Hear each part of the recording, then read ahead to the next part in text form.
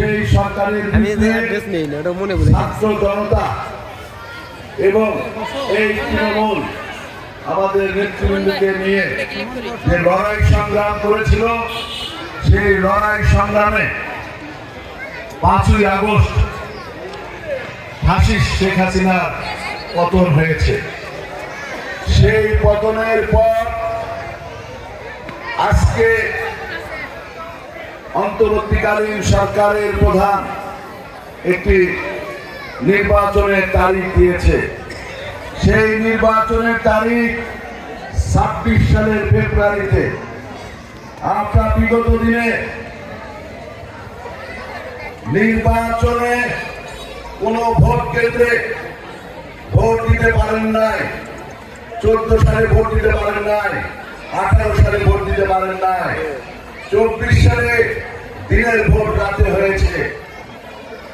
সেই জন্য আমাদের ভারপ্রাপ্ত চেয়ারম্যান তারেক ভাই ভোটের অধিকারের জন্য, গণতন্ত্রের অধিকারের জন্য দীর্ঘ লড়াই সংগ্রাম করেছে।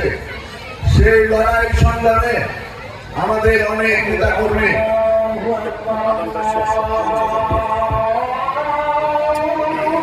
কথা বলবো, বেশি কথা বলবো না, কারণ আজান পার্শ্ববর্তী মসজিদ, আপনার সবাই নামাজে যাবেন। তো সেই লড়াই সংগ্রামে আমাদের অনেক নেতা কর্মী গুম হয়েছে, হত্যা হয়েছে এবং খুন হয়েছে। আমরা এখানে যারা নেতা কর্মী উপস্থিত আছি এবং আপনার সামনে যারা আছেন, আমাদের বিরুদ্ধে 226টি মামলা হয়েছে। আমরা সবাই জেল খেটেছি, আমরা সবাই নির্যাতিত হয়েছি এবং আপনারা যারা আছেন, আপনারা কেউ ঘরে থাকতে পারেন নাই, সবাই মাঠে ঘাটে আড়া জঙ্গলে থেকেছে।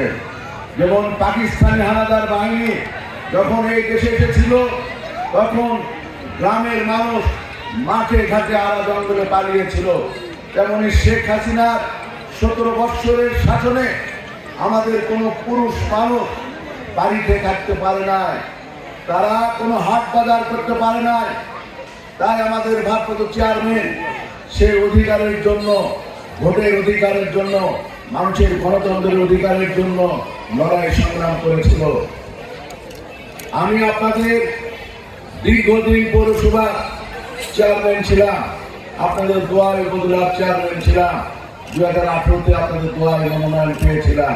কিন্তু সরকারের ষড়যন্ত্রের কারণে আমি নির্বাচন করতে পারি নাই।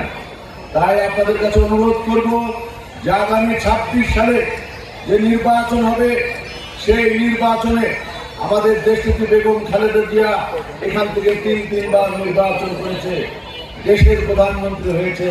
তাকে কিভাবে আওয়ামী লীগ সরকার, একাধিক সরকার নির্যাতন করেছিল, মিথ্যে মামলা দিয়েছিল, কারাদণ্ড দিয়েছিল, আপনি সবাই আপনারা জানেন, এবং স্বাস্থ্য সেবা থেকে তাকে বঞ্চিত করে রেখেছিল। আমাদের ভারপ্রাপ্ত চেয়ারম্যান তারেক ভাইকে কিভাবে একাধিক সরকার, আওয়ামী লীগ সরকার কিভাবে মিথ্যে মামলা দিয়েছিল এবং তার কনিষ্ঠ ভ্রাতা আরাফাত রহমান কোকোকে কিভাবে একাধিক সরকার নির্যাতন করে অকাল মৃত্যুবরণ করতে হয়েছে।